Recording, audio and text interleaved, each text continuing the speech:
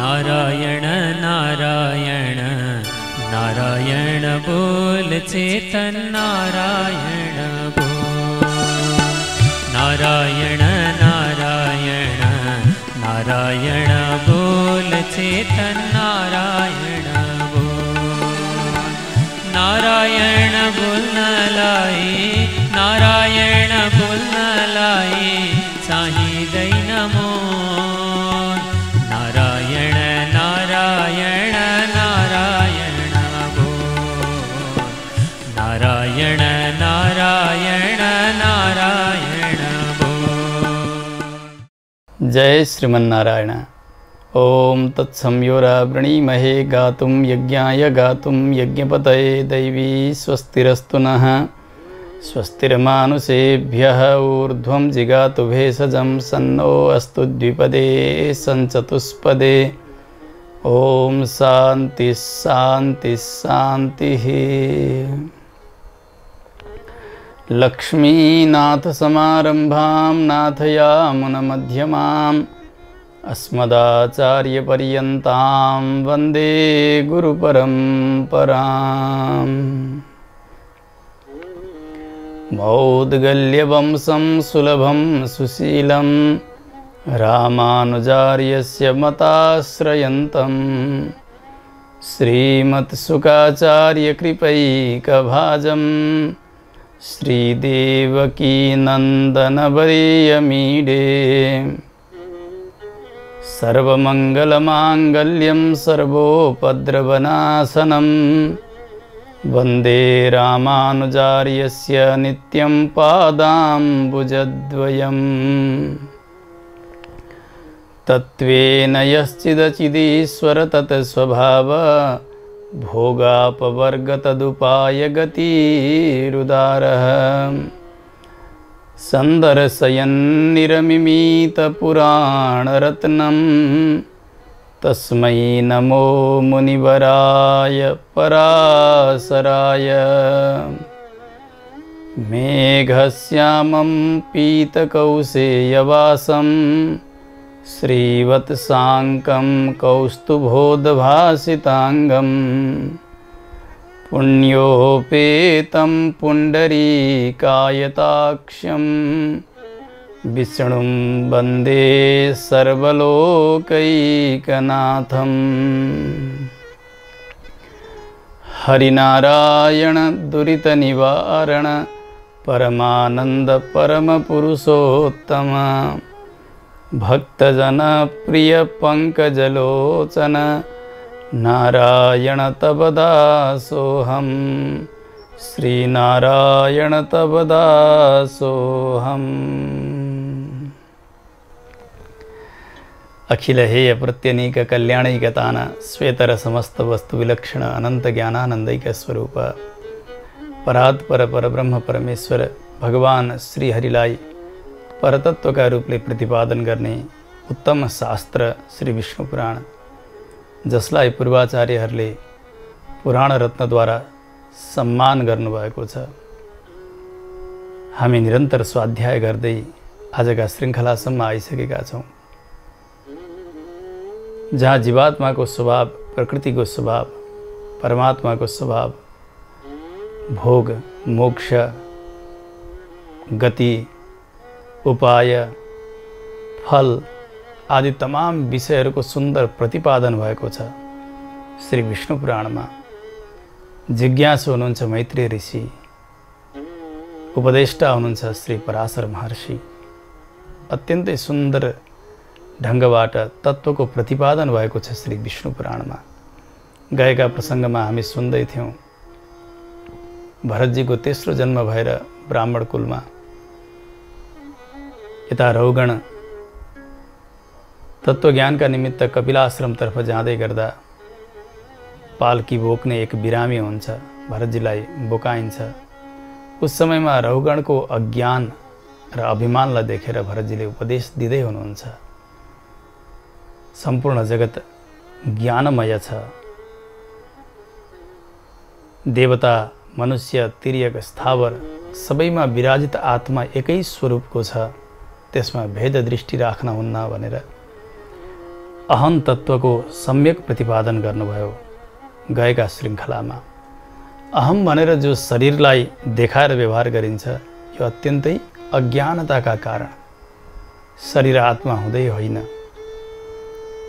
यी सबै मेरा हुन् भनेर आत्माले भनिरहेको छ। यी मेरा पनि होइनन् र यी आत्मा पनि होइनन्। आत्मा चेतन हो, परमात्माको शेष वस्तु हो, ज्ञान स्वरूप हो, आनन्द स्वरूप हो। उसैलाई नै अहम यस शब्दद्वारा बताइएको हो भनेर बताउँदै राजाको भेद दृष्टिलाई बिस्तारै बिस्तारै हटाइदिँदै हुनुहुन्छ। गुरुमा गुरुत्व भयो भने शिष्यमा बिस्तारै ज्ञानको वृद्धि हुँदै जान्छ। आज जड भरत जसले यस जन्ममा बहिरो जस्तो भएर, लाटो जस्तो भएर, अज्ञानी जस्तो भएर आफ्नो ऊर्जालाई सबैलाई समेटेर राख्नु भएको थियो, आज रहुगण जस्ता राजालाई यो अभिमानले सताएको देखेर तत्त्वज्ञानका निमित्त जाँदै गरेका तर यी निरीह व्यक्तिहरूलाई पीडा दिएर पाल्की बोकाएर आफू राजा ठहरेर जी जाँदैछन्, यसलाई सम्झाउनु पर्यो भनेर बाणी खोलेर आफ्ना पूर्वजन्मका स्मृतिहरूको अनुभव, भगवत कृपा सबै नै जोडेर उपदेश दिइरहनु भएको छ। यसैले नै रहुगणको मन परिवर्तित हुँदै गइरहेको छ। श्री पराशर महर्षि आज बताउनुहुन्छ, हे मैत्रेय सुन्नुहोस्, निशम्य तस्येति वचः परमार्थ समन्वितम् प्रश्रया वनतो भूत्वा तमाह नृपतिर्द्विजम्। अब त यति विनय आयो रहुगणमा, ओहो यस्ता ब्रह्मज्ञानी हुनुहुँदो रहेछ, यहाँ महापुरुष हुनुहुँदो रहेछ, यदि ठुलो अपचार मैले गरेँ भनेर चरणमा परेर बार बार साष्टाङ्ग गर्दै हात जोडेर अगाडि जिज्ञासा गर्न थाल्नुभयो।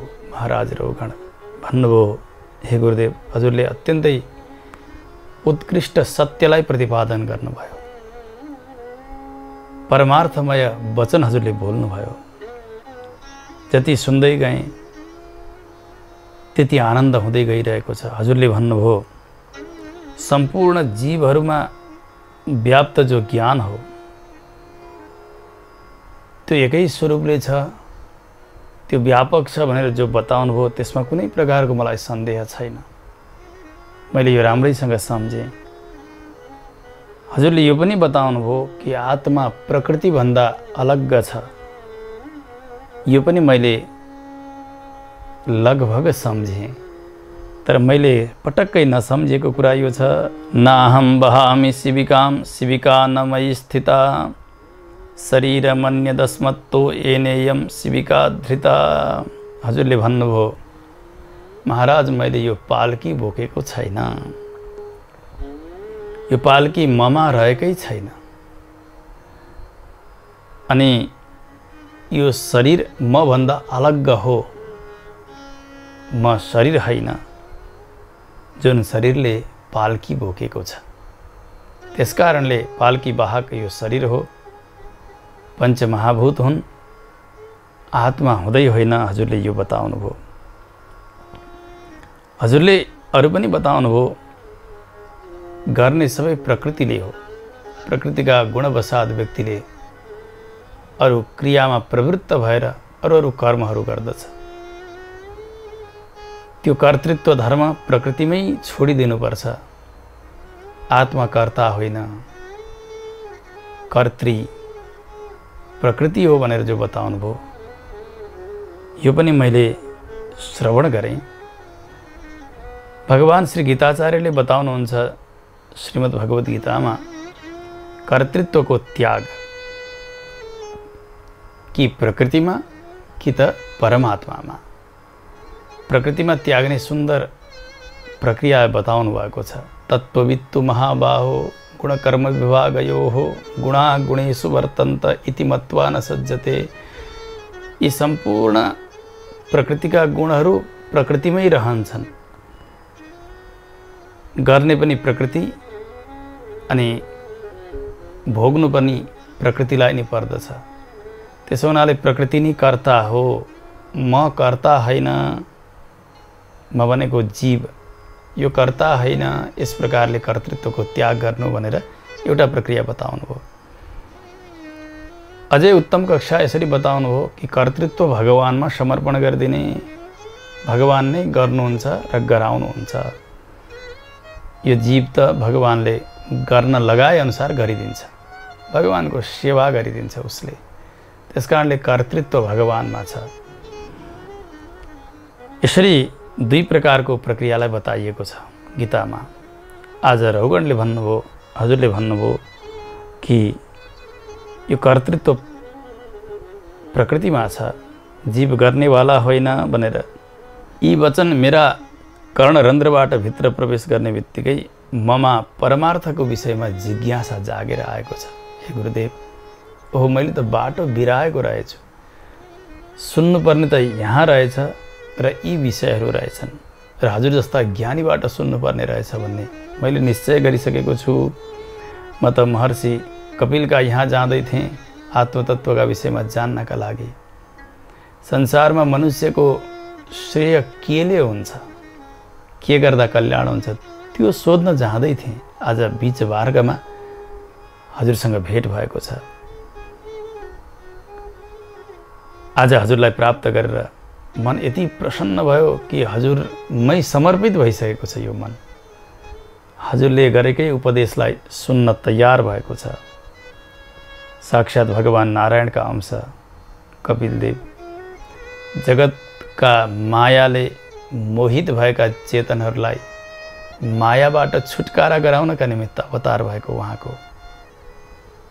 तर आज मलाई लागिरहेको छ साक्षात भगवान कपिलदेव नै हजुरकै रूपले यहाँ आउनुभएको हो कि।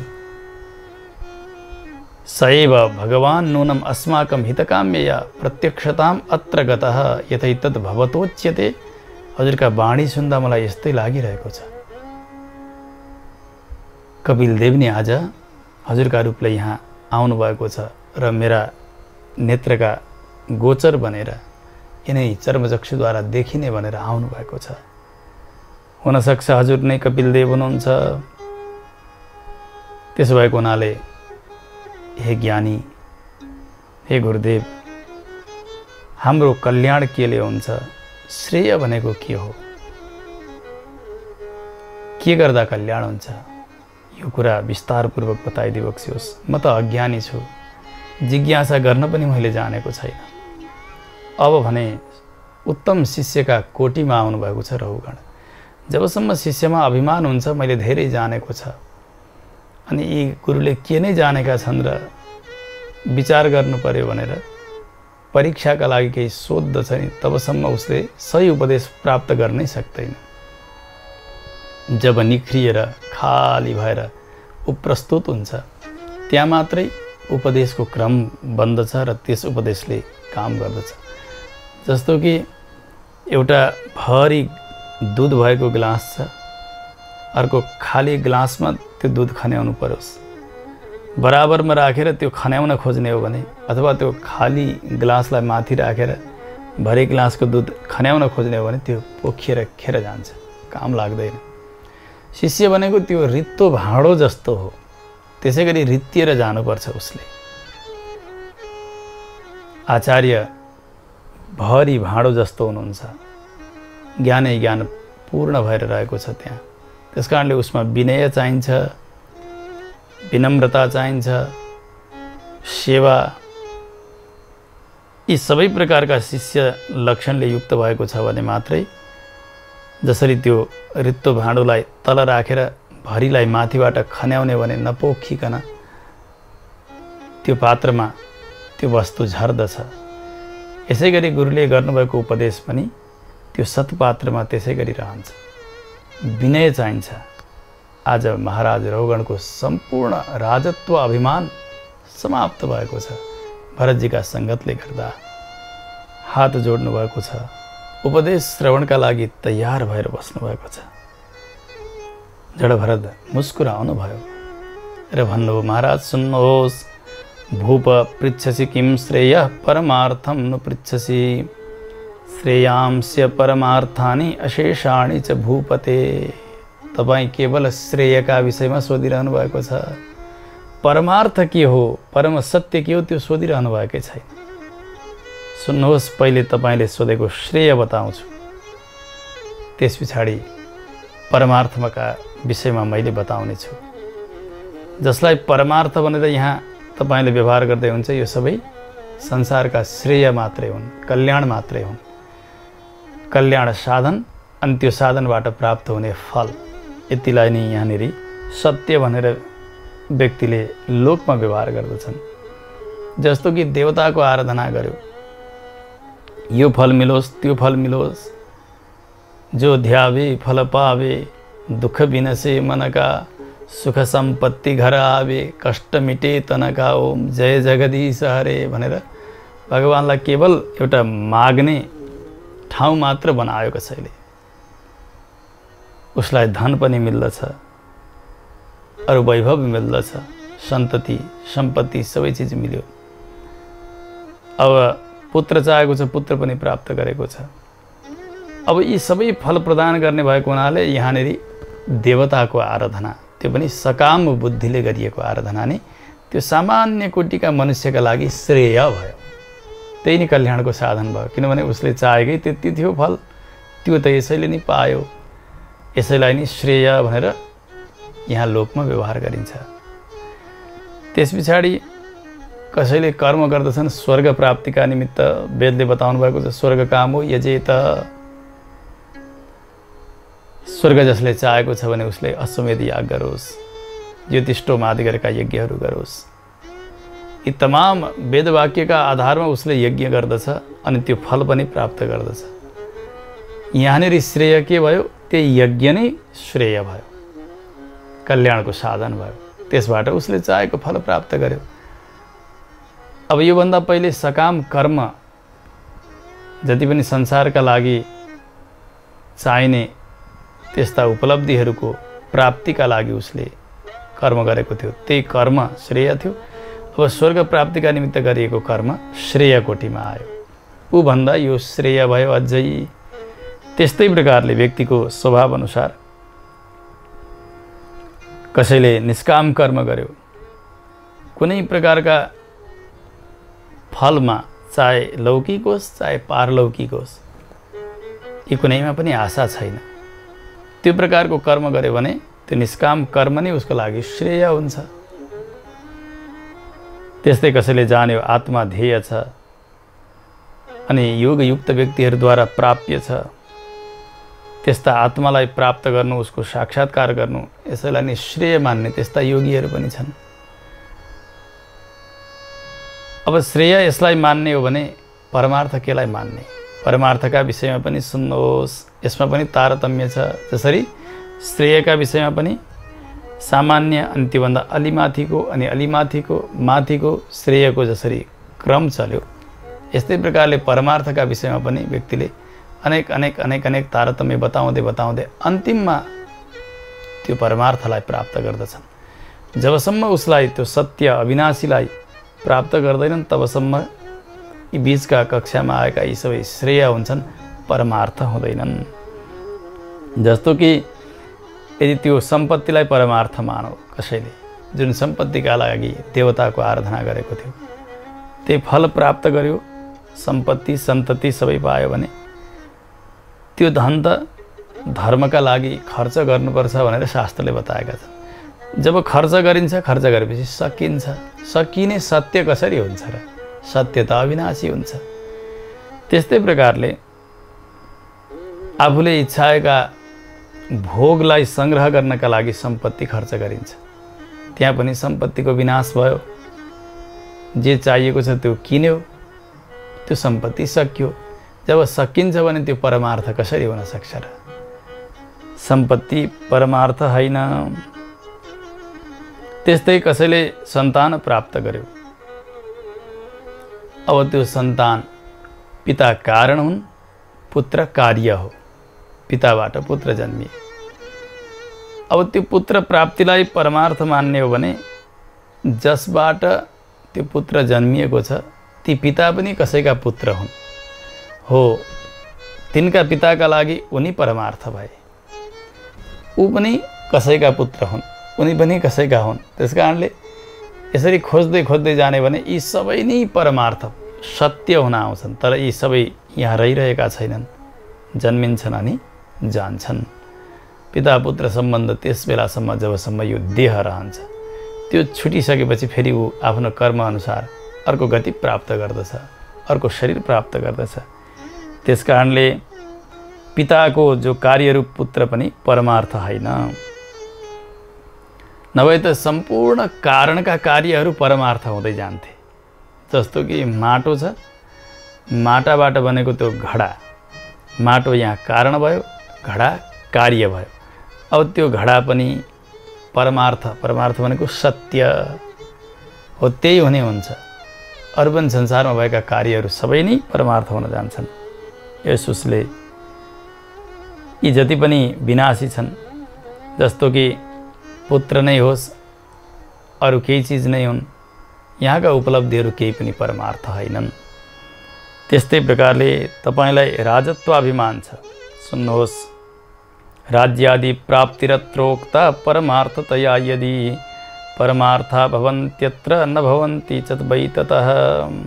संसारमा राज्यादि प्राप्तिलाई तपाईले परमार्थ मान्नुभयो, यही नै ठुलो चिज मैले पाएँ, यस्तो लाग्दछ नि, म सधैँ राजै भइरहन्छु जस्तो लाग्दछ तपाईलाई। त्यो पनि ठिक होइन, किनभने त्यो राज्य पनि सकिन्छ, राज्य प्राप्ति पनि हुन्छ, प्राप्ति जसको हुन्छ त्यसको विनाश पनि हुन्छ, छुट्छ पनि। जुन उत्पन्न हुन्छ त्यसको नाश अवश्यम्भावी छ, जो जन्मिन्छ त्यसको मृत्यु पनि अवश्यम्भावी छ। त्यस कारणले राज्यादि ऐश्वर्य पनि परमार्थ कोटिमा आउँदैन। यस्तै ऋग यजु साम आदि गरेका वेदहरूबाट सम्पन्न हुने यज्ञ कर्म, यसलाई परमार्थ मान्ने नि त, यही हो सत्य भन्ने हो भने यसमा पनि एउटा मेरो विशेष विचार छ, सुन्नुहोस्। हे राजन, जसरी कुनै पनि वस्तुको कारण र कार्य हुन्छ, जस्तो कि माटाको कार्य हो त्यो घडा, माटो कारण हो। अब त्यो कारण कार्यमा आएको हुन्छ, जस्तो कि घडा बनिरहँदा पनि त्यो कारण माटो नै त्यो घडामा आएको हुन्छ, अनुगामी हुन्छ, कार्यलाई पछ्याउनेवाला हुन्छ। त्यस्तै प्रकारले जुन यज्ञ गरिएको छ, यज्ञमा क्रिया अनि समिधा, त्यहाँ प्रयोग गर्ने हविहरू, घृत आदि गरेका यी हविद्रव्यहरू, चरु पुरोडास, यी जति छन्, कुश, यी सबै नाशवान द्रव्य नै हुन्। तिनीहरू सबै, तिनीहरूबाट त्यो यज्ञ सम्पन्न हुन्छ भनेपछि नाशवानबाट बनेको त्यो यज्ञ चाहिँ अविनाशी कसरी हुन सक्दछ र? जुन नष्ट हुने पदार्थबाट बनेको हो त्यो यज्ञ, त्यसैबाट सम्पन्न भएको हो भने यज्ञ पनि विनाशी हो, त्यो पनि परमार्थ होइन।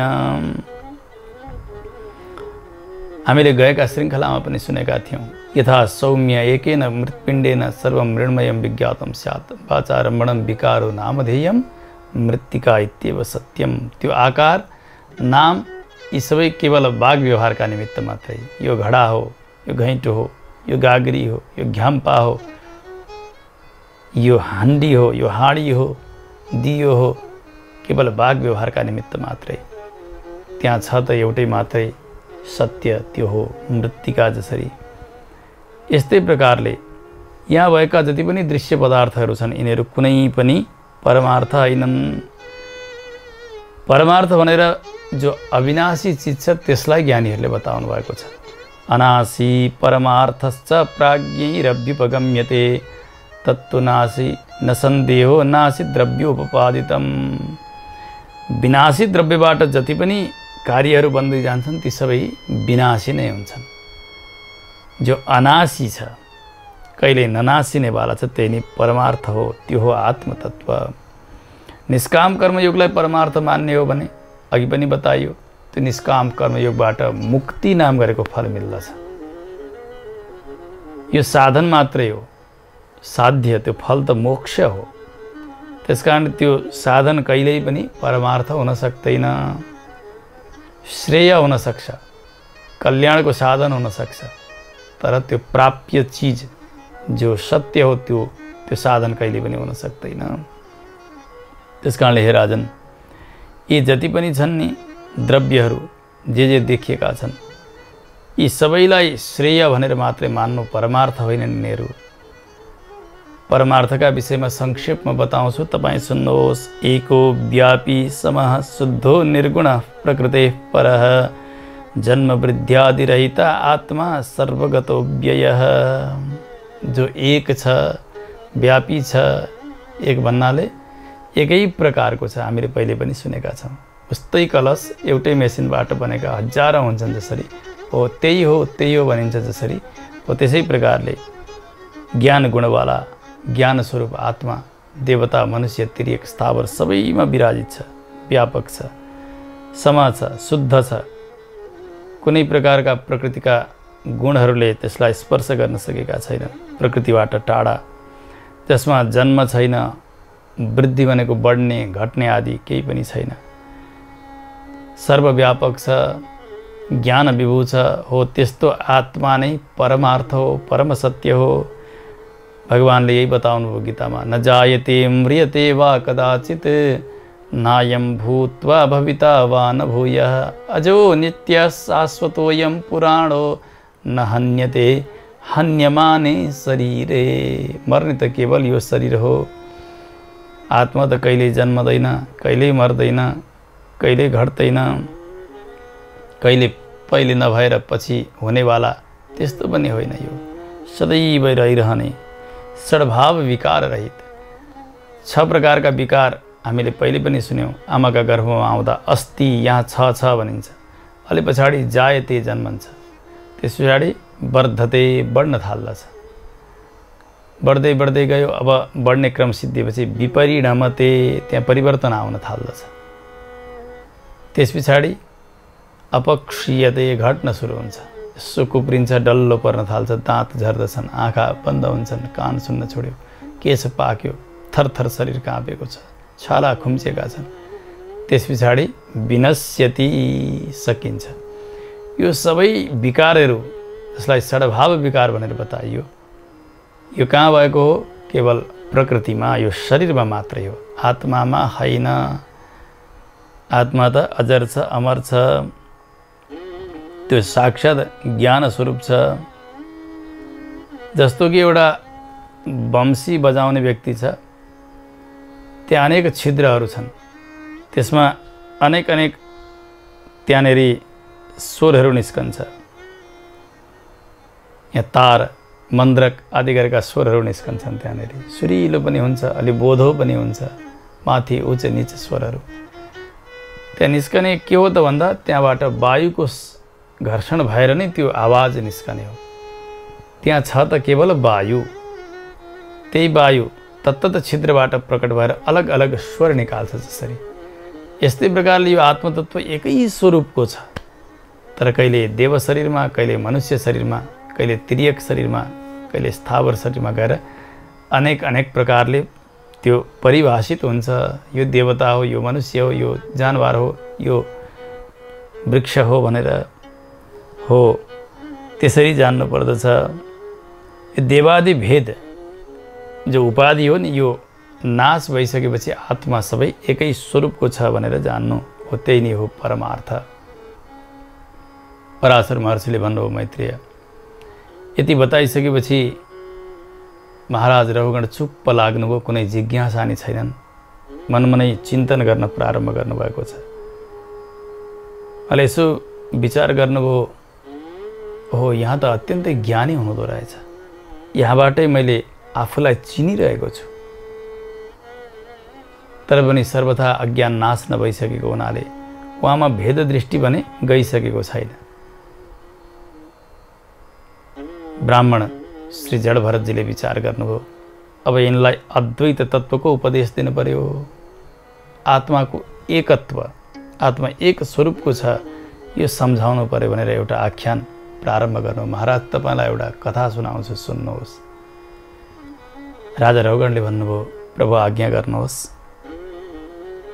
जड भरतले भन्नुभयो, पहिले धेरै अगाडि महर्षि ऋभुका एक निदाग नाम गरेका शिष्य, ती शिष्यलाई दिव्य उपदेश प्रदान गर्नुभएको थियो। त्यो उपदेश सुन्नुहोस्। ऋभु ब्रह्माजीका पुत्र हुनुहुन्थ्यो, समग्र ज्ञानका खानी, कुशल साधक पनि हुनुहुन्थ्यो। उहाँका शिष्य निदाग नाम गरेका पुलस्त्यका छोरा हुनी, गुरुका कृपाले धेरै ज्ञान आर्जन पनि गरेका थिए उनले।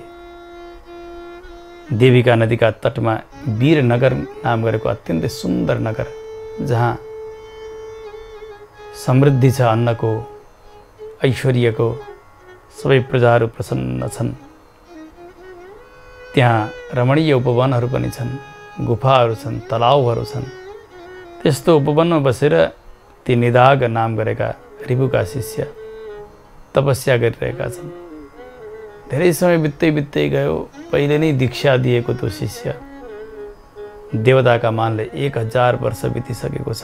अब कसरी रहेको होला, जानु पर्यो यिनलाई दर्शन दिनका लागि भनेर एक दिन महर्षि ऋभु आउनुहुन्छ त्यस वीरनगरमा, जहाँ उपवन छ, त्यहाँ तपस्या गरिरहेका छन् उनी।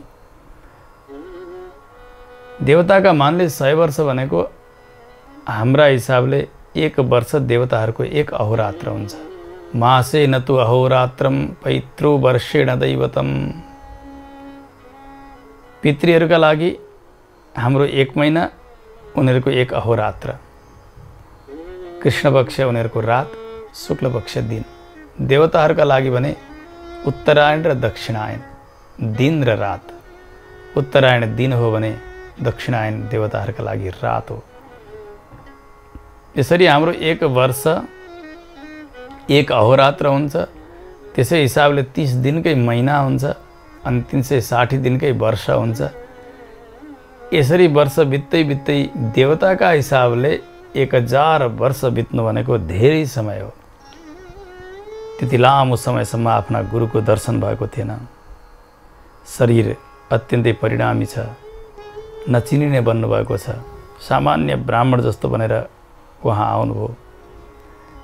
आएर जहाँ निदाग बस्दथे उनका दैलाका अघिल्तिर आँगनमा खडा हुनुहुन्छ। यता निदाग आफ्नो नित्यकर्म सम्पन्न गरेर, बलि वैश्वदेव सम्पन्न गरेर, भोजन तयार भएको छ भगवानलाई निवेदन गरेर। शास्त्रले के बताउँछन् भने भगवानलाई भोग लगाइसकेपछि पनि 1 गाई दुहुनका लागि जति समय लाग्दछ त्यतिन्जेलसम्म प्रतीक्षा गर्नु, भोजन गरी नहाल्नु। कोही त्यस्ता अतिथि आइपुग्नुहुन्छ कि उहाँको सेवा गरेर उहाँलाई भोजन गराएर अनि मात्र मैले भोजन गर्नुपर्छ भनेर त्यतिसम्म प्रतीक्षा गर्नु। अतिथिका रूपले साक्षात् भगवान नै आउनुहुन्छ। कुनै तिथिको ठेगाना छैन, समयको ठेगाना छैन। यसरी आउनेलाई अतिथि भनिन्छ। फोन गरेर यति बजे आउँछु, खाना बनाइराख भन्नेलाई अतिथि भनिँदैन। जसको तिथि छैन त्यसलाई अतिथि भन्ने। निदागले त्यसै गर्नुभएको छ। यसो हेर्दै हुनुहुन्थ्यो, हेर्दाखेरि कोही ब्राह्मण देवता आफ्ना द्वारका अघिल्तिर गदगद हुनुभयो। हो, आज भने ब्राह्मणलाई भोजन गराउन पाएँ। साष्टाङ्ग प्रणाम गर्नुहुन्छ। लिएर जानुभयो, आसनमा राख्नुभयो। प्रक्षालिताङ्ग्रिपाणिं च कृतासन परिग्रहम् उवाच सद्विज श्रेष्ठो भुज्यताम् इति सादरम्। चरण प्रक्षालन गर्नुभयो, अर्घ्य प्रदान गर्नुभयो। अरू पनि उपचारहरूद्वारा पूजन गरिसकेपछि बनेका परिकारहरू तयार भएका छन् भगवानलाई भोग लगाएर। पत्तलमा अलग अलग पदार्थहरू परोसेर ठिक गर्नुभएको छ। निदाग गृहस्थी हुनुहुन्थ्यो, उहाँकी पनि पत्नी हुनुहुन्थ्यो, तापसी हुनुहुन्थ्यो उहाँ पनि। गृहस्थ ऋषिले आज गुरुलाई नचिनिकन सेवा गर्न प्रारम्भ गर्नुभयो। हात जोडेर भन्नुभयो, भुज्यताम, अब हजुरले भोजन गरिबक्स्योस्। ऋभुले भन्नुभयो, ए ब्राह्मण देवता, तपाईँ ब्राह्मण हुनुहुन्छ भन्ने कुरा त तपाईँका यी दैनिकी यी क्रियाहरूले बताइरहेका छन्। तर शास्त्रले भन्छन् नबुझिकन जहाँ कहीँ गएर जस्तो सुकै अन्न ग्रहण नगर्नु भनेर। कुत्सित अन्न, जो निन्दित अन्न छन् त्यो खानु हुँदैन भनेर शास्त्रले बताउनु भएको छ। त्यसकारणले तपाईँले भोजन के तयार गर्नुभएको छ, मैले के खान पर्ने हो त्यो पहिले बताउनुहोस्। निदागले भन्नुभयो, हे प्रभु सुन्नुहोस्, सक्तु यावक बाट्यानाम अपूपानाम च मे गृहे यद्रोचते द्विजश्रेष्ठ तत्त्वम भुङ्क्ष्व यथेच्छया। मैले मेरा घरमा सातु तयार गरेको छु, त्यसै गरी जौको लस्सी तयार गरेको छु, त्यस्तै प्रकारले कन्दमूल तयार गरेको छु, फल पनि छ, यहाँ पुवा बनाएको छु। हजुरले जे रुचि लाग्छ त्यही नै ग्रहण गरी बक्सियोस्। ऋभुले भन्नुभयो, ब्राह्मण देवता, यी जति पनि तपाईँले बताउनुभयो यी सबै कुत्सित अन्न हुन्, यी केही ग्रहण गर्ने योग्य छैन। मलाई त अरू नै तयार गरिदिनुहोस्। निदागले भन्नुभयो, त्यसो भए के तयार गरौँ? ऋभुले भन्नुहुन्छ, मेरा लागि त तपाईँले हलवा बनाइदिनु पर्छ, खिर बनाइदिनु पर्छ, मोही मट्ठा तयार गरिदिनुहोस्। तक्र भनिन्छ, त्यसलाई हामी मोही भनेर व्यवहार गर्दछौँ। यसो दहीलाई मन्थन गरेर त्यो मोही सामान्य हाम्रा भाषामा मोही हो, तर मट्ठा होइन। मट्ठामा जसलाई तक्र भनिन्छ त्यसमा जिरा, ज्वानो इत्यादि ती मसलाहरू सेकेर त्यसलाई चूर्ण बनाएर त्यसमा अलिकति नुन पनि राखेर अति सुन्दर पाचक जस्तो बनाएर प्रदान गरिन्छ, त्यसलाई भनिन्छ मट्ठा। ऋभु ऋषिले भन्नुभयो, मलाई त्यो मट्ठा चाहिन्छ, त्यो तयार गरिदिनुहोस्। अनि गुणद्वारा बनेका स्वादिष्ट भोजनहरू गराउनुहोस्। अरू चिज म खान्न, अरू सबैलाई कुत्सित भनेर शास्त्रले बताएका छन्। परीक्षा गर्नु त थियो यहाँ। निदागले आफ्नी पत्नीलाई भन्नुभयो, हे देवी सुना सुना, यहाँ गुरुदेव जो हुनुहुन्छ उहाँले जे भन्नुभयो अहिले उत्तम उत्तम वस्तुहरू चाहनुभयो हो, त्यही भोजन तयार गरिदेऊ र यहाँको सेवा गर, स्वादिष्ट भोजन बनाएर। पत्नीले जो आज्ञा हजुर भनेर भोजन तयार गर्दछिन्। भगवानलाई भोग लगाइन्। समय भयो, हात जोडेर भन्नुभयो निदागले, अब त हजुरले भोजन गर्नुहोस्, हजुरका लागि जस्तो चाहिएको त्यस्तै तयार भएको छ। भोजन गरिरहनु भएको छ महर्षि ऋभु। भोजन गरिसकेर जब अन्तिममा उत्तरापोषण भनिन्छ त्यो गर्नुभयो। गरिसकेपछि निदागले हात जोडेर भन्नुभयो, अपिते परमा तृप्तिरुत्पन्ना तुष्टिरेव च, अपिते मानसम स्वस्थम आहारेण कृतम द्विज। हजुरलाई यो भोजनले तृप्ति मिल्यो? के भयो? तुष्टि भएको छ कि छैन? हजुरको मन स्वस्थ भयो कि भएन यो आहार गरिसकेपछि? यता ऋभुले जवाब दिइरहनु भएको छैन।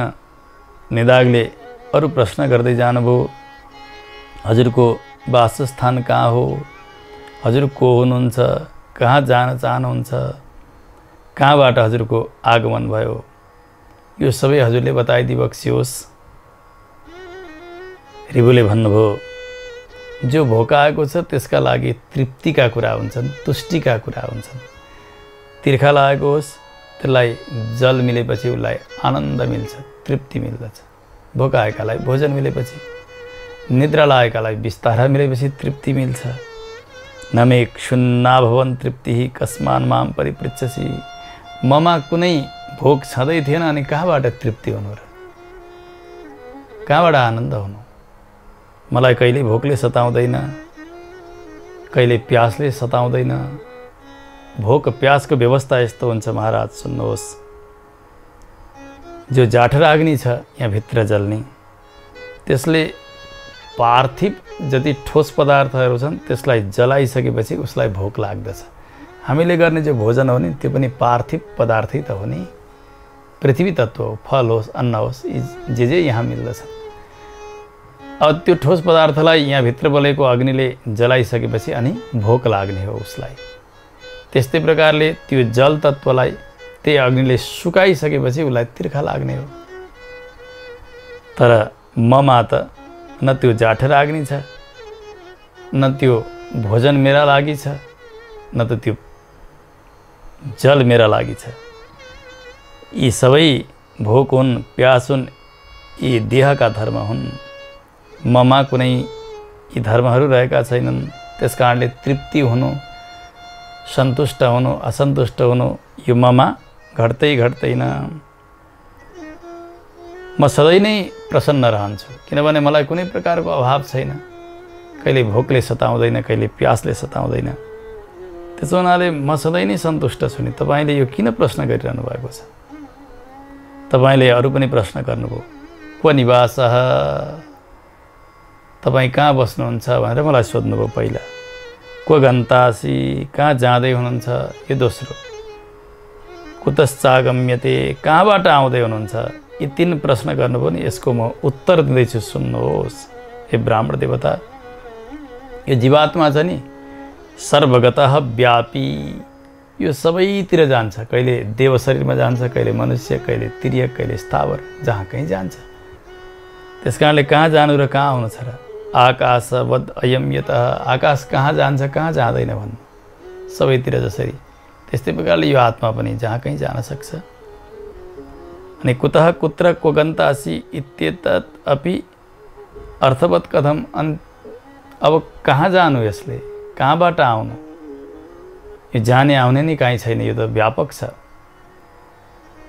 यसुसले तपाईँका यी प्रश्नहरू कुनै पनि काम लाग्ने छैनन्।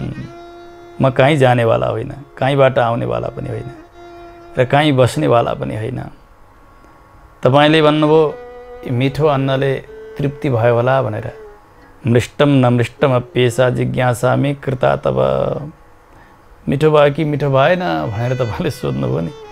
किम वक्ष्यसीति तत्रापि श्रूयताम। सुन्नुहोस्, यो पनि प्रश्न ठिक छैन।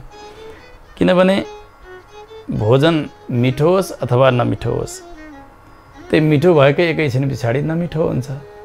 त्यो भोजन आफूमा मिठो र नमिठो कसरी हुन्छ र? जस्तो कि व्यक्तिलाई मिठाई खान मन लाग्यो, रसभरी तयार भएको छ, जेरी तयार भएको छ, चकाचक ऊ खाँदै गयो, एकछिन पछाडि उसलाई हेर्नै मन नलाग्ने अवस्था आउँछ। यदि भोजन नै मिठो हुन्थ्यो भने अब खाने त्यो जेरी पनि उसलाई मिठै हुनु पर्थ्यो। अघि पहिले जसरी मिठो लाग्यो, अब खाने त्यो रसभरी पनि मिठै हुनु पर्थ्यो। तर किन तितो हुन्छ, किन वाक्क आउने हुन्छ?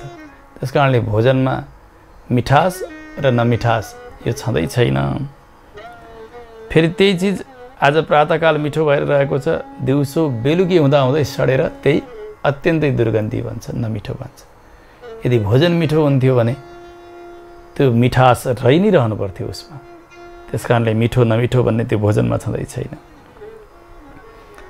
व्यक्ति सुखका निमित्त कर्म गर्दछ तर हात लागि उसलाई दुःख हुन्छ। किन? संसारमा सुख नाम गरेको पदार्थ छैन।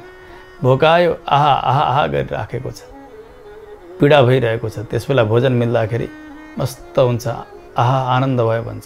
विचार गर्ने भने त्यहाँ कुनै सुख आएकै छैन। त्यो अघि भएको दुःख हटेको छ, त्यो पीडा हटेको छ। तिर्खाएका व्यक्तिले पानी पायो आहा आहा गर्छ, त्यहाँ कहीँ सुख आएकै छैन। अघि तिर्खा लाग्दा भएको पीडा हटेको मात्र हो। केवल दुःख हटाउनुलाई सुख भनेर संसारमा व्यवहार गरिन्छ। यहाँ सुख भन्ने केही पनि छैन। पहिले जो मिठो भयो त्यो बिचमा पनि मिठो हुनुपर्ने र अन्तिममा पनि मिठो हुनुपर्ने, तर किन हुँदैन? पदार्थमा त मिठास छैन। जस्तो जे चिजले कुनै निर्माण गरिएको छ त्यसैले त्यसको मर्मत पनि गरिन्छ। माटाले बनेको घर होस्, त्यो भत्कन लाग्यो, फेरि माटैले लिप दिने हो भने त्यो बलियो हुन्छ। त्यसका लागि त्यो एउटा पोषणको क्रिया हुन्छ।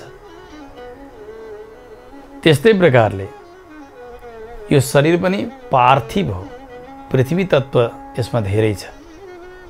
अनि हामीले गर्ने जो भोजन हो त्यो पनि सबै पृथ्वी तत्त्व हो। यहाँ भएको अन्न, यहाँ कन्दमूल, अरू जति पनि भोग्य पदार्थहरू छन् नि, यी सबै नै पृथ्वी तत्त्व हुन्। त्यस कारणले त्यो माटाको घरलाई माटैले लिप्सिँदाखेरि त्यो बलियो भए झैँ यो पृथ्वीका घरलाई पृथ्वी तत्त्वले नै पोषण गर्दाखेरि बलियो हुने हो। त्यस कारणले यो आत्मामा भोक लाग्ने, निद्रा लाग्ने, कष्ट हुने, तिर्खा लाग्ने इत्यादि केही पनि हुन्न। यो सबै शरीरकै मात्रै धर्म हो। यव गोधूम मुद्गादिहि घृतं तैलं पयोदधि गुडं फलादीनि तथा पार्थिवा परमाणवः। जौ, गौ, मूंग अनि घिउ तेल, दुध, दही, गुण, फल यी जे पनि व्यक्तिले भोग गर्दछ यो सबै पार्थिव चिज नै हो, पृथ्वी नै हो त्यो। त्यस कारणले यो पार्थिव शरीरलाई पोषण गर्दछन् तिनीहरूले। हे राजन सुन्नुहोस्, अनि यो मन यो यसै गरिकन यो पञ्चमहाभूत यसै प्रकारको एउटा विकार हो, यो एउटा सात्विक अहङ्कारबाट बनेको विकार। त्यसकारणले यसलाई केवल सम बनाउनुहोस्, यसलाई निर्गुण बनाउनुहोस्, यसैमा शान्ति छ, सुख छ। संसारमा सांसारिक पदार्थको प्राप्तिले कहिल्यै सुख हुने, भोजनले, जलले, वस्त्रले त्यो कसै गरी हुन सक्दैन। सुख त स्वयं आत्मस्वरूप हो। यस प्रकारले निदागलाई रिबुले सम्झाउनु हो। जड भरतजी बताउँदै हुनुहुन्छ, हे राजन सुन्नुहोस्, निदागले थाहा पाउनुभयो कि उहाँ कोही कल्याणको उपदेश गर्नका लागि आउनुभएको महापुरुष हुनुहुन्छ। चरणमा वन्दना गर्नुभयो र भन्नुभयो, हजुर प्रसन्न हुनुहोस्, मेरा हितका निमित्त हजुरले धेरै कुरा बताउनुभयो। हजुर को हुनुहुन्छ? मेरो हितका लागि हजुरको आगमन भएको हो, यही निश्चय गरेको छु। अब मात्रै महर्षि रिबुले परिचय दिँदै भन्नुभयो, निदाग तिम्रै म आचार्य हुँ, तिमी मेरा शिष्य हौ, तिमीलाई ज्ञान प्रदान गर्नका निमित्त म यहाँ आएको हुँ, परमार्थको उपदेश गर्नका निमित्त। एवं एकम इदम विद्धि न भेदी सकलम जगत वासुदेवा विधेयस्य स्वरूपम परमात्मनः। यो सम्पूर्ण जगत भगवान वासुदेवको स्वरूप हो। यो यहाँ कुनै प्रकारको भेद छँदै छैन। भगवानको शरीर हो यो जगत भनेको। यही कुरा बताउन आएको हुँ।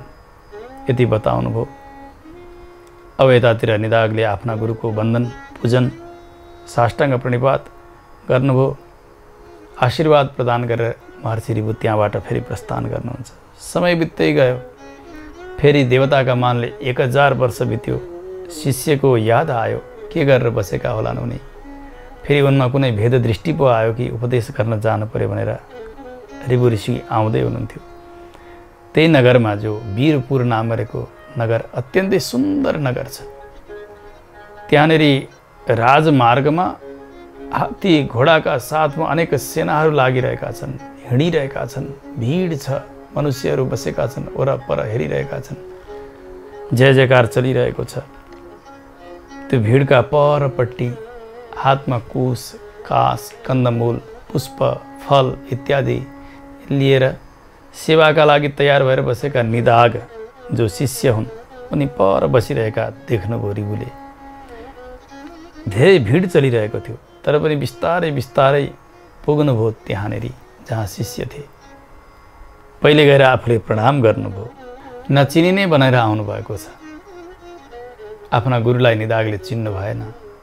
परस्पर अभिवादन भयो। त्यस पछाडि सोध्नुभयो रिबुले, हे ब्राह्मण देवता, तपाईँ यहाँ धेरै समयबाट उभिरहनु भएको छ नि। हेर्दाखेरि तपाईँलाई भोक लागेको जस्तो, प्यास लागेको जस्तो देखिएको छ। अत्यन्तै श्रान्त हुनुहुन्छ जस्तो लागिरहेको छ। किन तपाईँ यहाँ रहनु भएको? निदागले भन्नुभयो, हे ब्राह्मण देवता, यो जो जनसम्मर्द छ नि, भिड, यो सबै राजाका सवारीका निमित्त राजा नगरमा प्रवेश गर्न लाग्नु भएको छ। उहाँको स्वागतका निमित्त बसेका छन् यिनीहरू। सेवाका निमित्त बसेका छन् कतिपय सैनिकहरू। त्यसकारणले यो भिड गइसकोस्, राजा नगरभित्र प्रवेश गरेपछि अनि म आफ्ना गन्तव्यमा जान्छु। त्यसकारणले म यहाँ उभिएको हुँ। फेरि सोध्नुभयो रिबुले, मलाई थाहा छ तपाईँ यहाँ सबै कुरा जान्नुहुन्छ। यहाँनेरि जसलाई राजा भनेर तपाईँले भन्नुभयो नि, यी भिडमध्ये को चाहिँ राजा अनि अरू को चाहिँ यी प्रजाहरू हुन् त? मलाई चिनाइदिनुहोस्। हाँस्दै निदागले भन्नुभयो, सुन्नुहोस्, योयम गजेन्द्र मुन्मत्तम अदृशृङ्ग समुच्छ्रितम अधिरूढो नरेन्द्रोयम परिलोकस्तथेतरः। ठुलो हात्तीमा माथि श्रृङ्गारका साथ बस्नु भएको छ नि, जसले मुकुट लगाउनु भएको छ, छत्र ओढ्नु भएको छ, उहाँ नै राजा हुनुहुन्छ। उहाँदेखि अतिरिक्त अरू सबै प्रजा हुन्, सजिलै चिन्न सकिन्छ। फेरि सोध्नुभयो रिबुले, तपाईले भन्नुभयो हात्तीमाथि चढेका व्यक्ति राजा हुन् भनेर। हात्ती कुन हुन् अनि राजा को हुन् त्यो पनि बताइदिनु होला। कसरी चिन्नु हात्तीको लक्षण के हो, राजाको लक्षण के हो भनेर, के विशेषता छन् यो पनि बताइदिनुहोस्। निदागलाई अलिअलि रिस उठ्न थालिसकेको छ। कस्ता यी ब्राह्मण देवता, हेर्दा ज्ञानी जस्ता देखिन्छन् तर प्रश्न भने बालकको जस्तो गरिरहेका छन्। निदागले भन्नुभयो जो तलपट्टि छ त्यो हात्ती हो, जो माथि बसेका छन् तिनै राजा हुन्। यति पनि तपाईँ जान्नुहुन्न? यिनीहरूको लक्षण यही हो, एउटा बोकिनेवाला एउटा बोक्नेवाला। बोक्ने हात्ती, बोकिने राजा। यति सबैले जान्दछन् त तपाईँले जान्नु भएको छैन। फेरि धैर्य गरेर रिबुले अरू प्रश्न गर्नुभयो। ठिक छ, तर हे ब्राह्मण देवता मलाई यसरी हजुरले सम्झाउनुहोस्, मैले सजिलै जान्न सकौँ कि त्यो तल भनेर जो बताउनु भयो नि, हो त्यो तल भन्ने के हो? त्यो तल शब्दको अर्थ के हो? अनि माथि भन्नुभयो नि त्यसको के हो? केलाई तल भन्ने, केलाई माथि भन्ने? अब यति भनिसक्दा ऋषले आगो हुनुभएको छ निदाग। तत्कालै रिबुका काँधमाथि चढेर माथि शिरमा बस्नुभयो। ल यहाँ हेर्नुहोस्, यहाँ म माथि बसेको छु, म माथि, तपाईँ तल हुनुहुन्छ, यो तल हो। श्रूयतां कथयाम्येष यन्मां त्वं परिपृच्छसि उपरियहं यथा राजा त्वमधः कुञ्जरो यथा अवबोधायते ब्रह्मन् दृष्टान्तो दर्शितो मया। म जहाँ माथि बसेको छु यही हो माथि भनेको, र म माथि छु हो, यसरी नै माथि रहने राजा हुन्। तपाईँ तल हुनुहुन्छ, अनि यो तल रहने भनेको हात्ती। त्यसकारणले हेर्नुहोस् त, माथि राजा तल हात्ती, म माथि तपाईँ तल, त्यसकारणले म राजा तपाईँ हात्ती। अब बुझ्नुभयो? फेरि विचार गर्नुभयो, कोही ब्राह्मण देवता हुनुहुन्छ, उहाँका शिरमा गएर म बसेँ, त्यसकारणले भन्नुभयो केवल यो दृष्टान्तका लागि गरेको हो है मैले, यो केवल विनोद गरेको हुँ। त्यस पछाडि निदाग तल उत्रिनुभयो। रिबुले फेरि सोध्नुभयो, हे ब्राह्मण देवता यदि तपाईँ राजा समान हुनुहुन्छ र म हात्ती समान हुँ भने यो बताउनुहोस्, तपाईँ को हुनुहुन्छ र म को हुँ? हैरान परिसक्नु भएको छ निदाग, तर रिबु सोध्न छोडिरहनु भएको छैन। भरतजीले भन्नुभयो, राजन सुन्नुहोस्। त्यस पछाडि थाहा भयो निदागलाई, ओहो यसरी जो अद्वैत तत्व परमार्थ तत्वका विषयमा बार बार सचेत गराउन सक्ने र त्यहाँसम्म डुब्न सक्ने कोही ज्ञानी हुनुहुन्छ भने मेरा आचार्य मात्र हुनुहुन्छ। नभए यस प्रकारको धैर्य अरू कसैमा देखिएको छैन। नान्यस्याद्वैत संस्कार संस्कृतं मानसं तथा यथाचार्यस्य तेन त्वां मन्ये प्राप्तमहं गुरुं। चरणमा परेर भन्नुभयो, मैले थाहा पाइसकेँ हजुर मेरा आचार्य हुनुहुन्छ। यस प्रकारको उत्तम अद्वैत संस्कार, यो आत्माको समतालाई आफूले सिद्ध गर्ने त्यस्ता ज्ञानी कोही मैले पाएकै छैन हजुरदेखि अतिरिक्त। मेरा आचार्य हुनुहुन्छ, आज मैले हजुरलाई प्राप्त गरेँ, क्षमा गर्नुहोस्। रिबुले हाँस्दै भन्नुभयो, बाबु तिमीलाई यही उपदेश गर्नका निमित्त म आएको हुँ। पहिले धेरै सेवा गर्यौ तिमीले मेरो, समय समयमा तिमीलाई प्रदान गरेको ज्ञान कतिको दृढ हुँदै गइरहेको छ, साधनामा कति अगाडि बढिरहेका छौ तिमी, त्यो विचार गर्नुपर्ने हुन्छ।